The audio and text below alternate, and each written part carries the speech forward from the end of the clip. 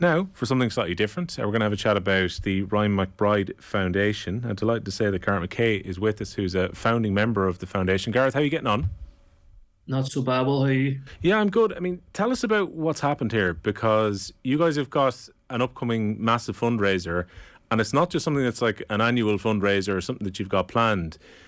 Because of different consequences around Brexit, and also I guess because of the Stormont Assembly not being sitting currently, you found yourselves in quite the push for funding for the foundation.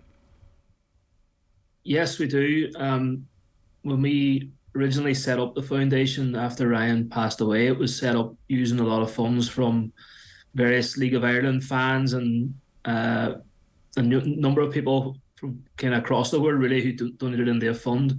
And we obviously kept us and got us up and running. But over the last 4 years, we've had applications in for funding the government here in Northern Ireland through the Executive Office, and we've built up programmes. And at the minute, we now deliver programmes to around 2,500 children per week in schools, and it's around coaching and football, but it's around motor skills, childhood obesity, and then we also, carry messages regarding bullying and things around sectarianism, racism, etc. And unfortunately, we've been notified that our funding's going to be cut, and a lot of other community groups here in Northern Ireland, and particularly here in Derry as well, have lost all of the funding. So there's mass redundancies and just a mass kind of exodus of all the services that's being provided. Yeah, because Gareth, when the foundation was set up in Ryan's memory a few years ago, I think it was around 2017 when you set it up, initially it seemed like it was going to be to try and provide opportunities for youngsters around the city to learn the game and to play football. But it sounds like you've got a more holistic approach, or maybe things have evolved in the 5 or 6 years since. Yeah, things have evolved. I mean, the foundation still runs soccer camps. It runs those right throughout the summer, right throughout the winter and Easter, etc. And there is an element of getting kids to play football, but I think what we soon found in the primary schools is that it's not really a case of getting kids to play football.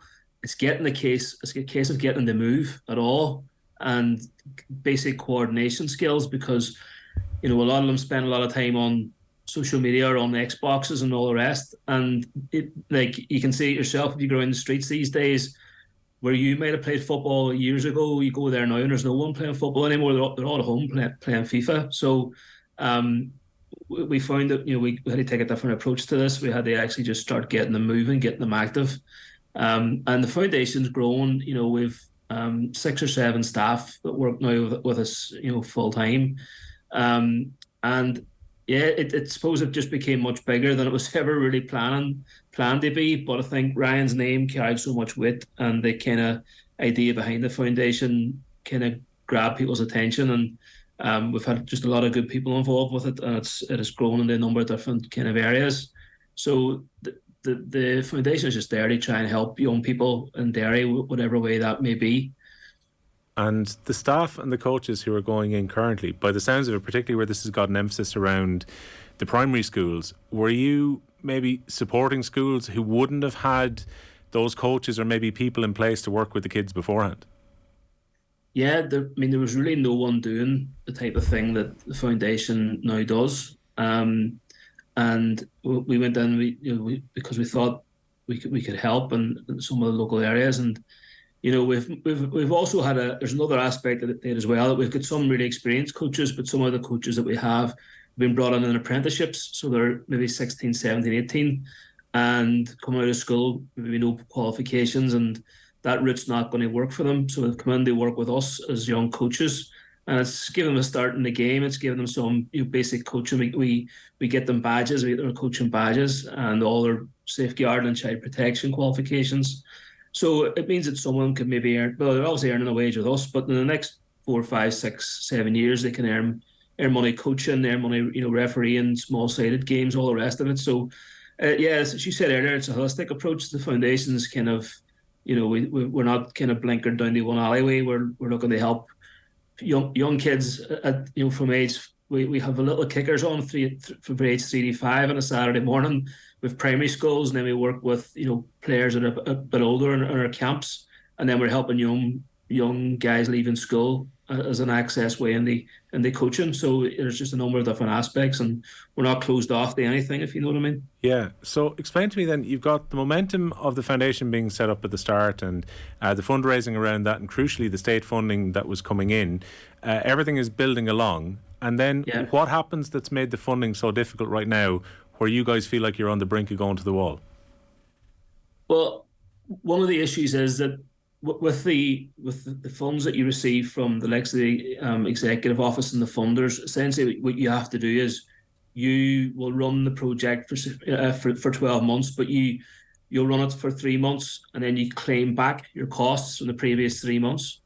So at the minute, the foundation's owed over 20,000 from government here in Northern Ireland, and it's not the case that we won't get those funds. It's just the case that everything seems to be moving so slow at the minute, and we don't know when we'll get them. And the funding runs financial year, so April to March. As of March 31st of March, we have no funding. We are owed £20,000 from last year, and we've been given no grant for this year. We've been told that because of no sitting government and budget cuts, that our funding is going to be cut, and we've also been told that there's no date been set yet as to when we'll even find out when we've got the funding. So at the minute, we're still running the program, but we're running it at our own risk, because there's a good possibility that we won't be able to claim back the hours that we're doing at the minute. So if you think about it, we're in 30 schools, and we have 2 each week, and we have 2 coaches per school. So if you add that all up, it comes to a hefty bill. And essentially, the people who are on the board, who are all voluntary, we had to put our hands in our own pockets last month and pay the coaches' wages ourselves. So that's the situation we're in. Yeah, I mean, that's not sustainable to get into a position where you're taking on your own personal debt to try and keep the programme going. So what's the next step then? Well, we've had to look at fundraising campaigns. We've, as you'll know from League of Ireland, Ryan was number 5, and it's a number that Derry City have since retired. And so 5 is always a big number. And so Friday's the 5th of the 5th, and we're doing a Go Red for Ryan campaign. So the idea is that you on Friday you'll wear something red, and you donate £5. And with all of our schools that are on our programme are getting involved on it as well, because obviously there's a benefit for them, because if we can get the funding, they'll get certainty that they're going to have the programme for the next 12 months. With workplaces getting involved, sports teams, and then we've had a lot of Ryan's ex-teammates, ex-opponents, and people who knew him. Kenny Cunningham, obviously from your own show, he coached Ryan when Ryan played in the League Ireland Select for the Dublin Super Cup, probably about 7-8 years ago. So Kenny's always kind of been there to help us with things. He's done a dinner for us, and he played in our soccer sixes, so he did a wee video for us online. So we're just trying to get the word out, and we're hoping that this will give us some breathing space and give us some certainty that we can kind of keep things going at least to the end of the school year, which is the end of June. Yeah, I mean, look, it's great to see the football community comes around people when required in these cases. You mentioned Kenny Cunningham. There's a few Kennys involved here. Kenny Shields, former Derry boss, and also Stephen Kenny, I think, is helping you guys out at the moment as well. Yeah, so Kenny Shields is on our board. So he's always been part of the foundation. He's part of setting it up, and he still is. He still gives up a lot of his time. He's come and done some coaching master classes for us, for coach education. And Stephen Kenny is also he's patron of the Ryan McBride Foundation. Obviously, Stephen played a massive part in Ryan's life and career. He changed his life really. Ryan was playing pub football, and he was told that essentially he wasn't really good enough, and he got picked up playing in a summer cup game, and was told to kind of report to the Brandywell next week for to see how you get on. And he went over, and within sort of 8 or 9 months, he was playing the first team against Shamrock Rovers at home and got man of the match. And Stephen Kenny took a massive gamble on him, because there's not many managers, I think, that would look at someone who's never played professional football, never been in an academy, and basically playing for a pub team, and bring them from that to League of Ireland and playing against Gary Twigg that night. I think Stephen did something very special, and as I said, changed Ryan's life, because set him up for the career that he had and become captain of his hometown club. And I think if you've ever been to Brandywell, you'll probably know where Ryan's house is. It's right behind the stadium. So it's just a story. I don't think there's many stories like it. A lad who kind of lives 7 or 8 doors down, gets plucked and ends up going on to captain the club. It's just an amazing story, and Stephen deserves a lot of credit for what he did. You mentioned that there's a cross-community element to all this too, and in many ways it's a cross-border story, because you've got Derry City, your club, who are currently playing in the League of Ireland. I presume there are students who probably cross the border to maybe go into some of the schools that they're going into currently. Is there any way that the government here in the Republic of Ireland could potentially provide some funding towards you, or are you entirely at the whim of the UK government when it comes to this funding? No, we're not really. We've received funding previously from the Department of Foreign Affairs for some cross-border work that we did, and in the schools that we're in. So the foundation is in schools on both sides of the river here. It's in Protestant schools, Catholic schools, schools that don't identify as either, some integrated schools. And in order that we're not just coaching in separate schools, we set up like a Champions League, and the groups are intensely set up so there's a mixture of students with different backgrounds in it. So we're trying to bring the schools actually together to play against each other, but there's always the ethos of friendship behind it. And then we have a massive Ryan McBride Schools Cup at the end. So yeah, and a lot of the children are coming in from Donegal. A lot of our schools are right on the border. So there's all those aspects are built into it.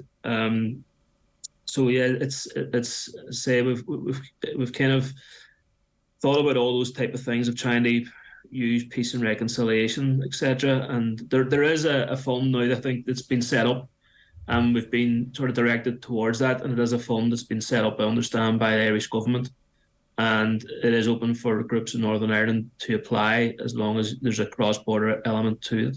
And to say it's not an issue for us, because we're literally a stone throw from Donegal, and we run camps in Buncrana as well. And we run them in the city here, so we're working cross-border as it is. Gareth, for those who might be listening to us right now, because when it comes to 5-5 at the end of this week, it'll probably be a lot of people in the local area who will be throwing a literal £5 to you. Is there a way for people to send funds to the foundation if they're listening elsewhere in the country right now? Yeah, absolutely. We have a Just Giving page set up. So we're on Twitter, it's McBride 5 Foundation. We also have a Facebook page, so if anyone wants to go on there, they can catch the videos of all the kind of players, past and present, and they can donate £5 as well. And as I say, it'd be much appreciated, and we especially appreciate your guys' support for bringing us on this evening as well. Our pleasure. Look, best of luck with the fundraising this coming Friday, and probably more fundraisers will probably be required on the far side as well. Gareth, thanks a million for joining us on the show. Not a problem. Thanks. All the best, lads.